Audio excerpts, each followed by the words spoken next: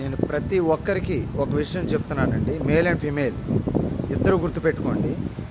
ఇది అందరికీ పనికొస్తుంది. జీవితంలో భగవంతుడు మన జీవితంలో చెడుని తీసేసేది మన జీవితాన్ని మరింత మంచి విషయాలతో నింపడానికి, చాలా ఉత్తమమైన ఉన్నతమైన విషయాలతో నింపడానికే మన జీవితంలో చెడుని తీసేస్తాడు.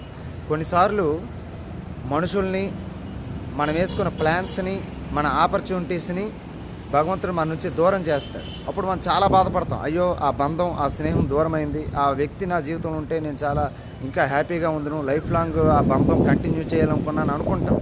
ఆ సమయంలో నాకు ఇంత అన్యాయం జరిగింది అని అనుకుంటాం, చాలా పెయిన్ఫుల్గా ఫీల్ అవుతాం. కానీ ఆ బంధం దూరం అవ్వడం, లేదా మన ప్లాన్ కానీ మన ఆపర్చునిటీ కానీ మనకి దూరం అవ్వడం, మనం ఫెయిల్ అవ్వడం నా మంచికే జరిగిందని కాలం గడిచే కొద్దీ మనకు తెలుస్తుంది. ఆ సిచ్యువేషన్ జరిగిన వెంటనే బాధ ఉంటుంది, సహజమే. కానీ కాలం గడిచే కొద్దీ మనకు ఆ మైండ్ మెచ్యూరిటీ అనేది వస్తుంది. ఆ బంధం దూరం అవడం వల్లే నేను ఆనందంగా ఉన్నాను, ఆ ప్లాన్ అనేది ఫెయిల్ అవ్వడం వల్ల, ఆ ఆపర్చునిటీ నాకు దూరం అవడం వల్ల నేను ఈరోజు ఈ పొజిషన్లో ఉన్నాను, ఇంత ప్రశాంతంగా ఉండగలిగాను అని మనం తర్వాత తెలుసుకుంటాం. మనం తెలుసుకోవాల్సిన విషయం ఏంటంటే, ఒక చెడు అనేది మన జీవితంలో దూరం అయితేనే ఒక మంచి విషయం, ఒక ఉత్తమమైన ఉన్నతమైన విషయం మన జీవితంలో నిండడానికి అవకాశం ఉంటుంది.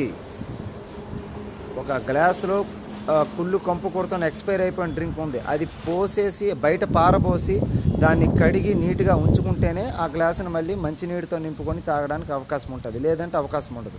మన బుద్ధి కూడా అంతే. మన బుద్ధిని ఉత్తమమైన ఉన్నతమైన విషయాల వైపు నింపుకోవాలి. సో మనుషులకి సరెండర్ అవ్వకండి, సుఖాలకి బానిసలు అవ్వకండి. Completely surrender to Lord Shiva. Then only your life filled with wonderful things, great things. Then you can lead a peaceful life. Jai Shriram, జై హనుమాన్.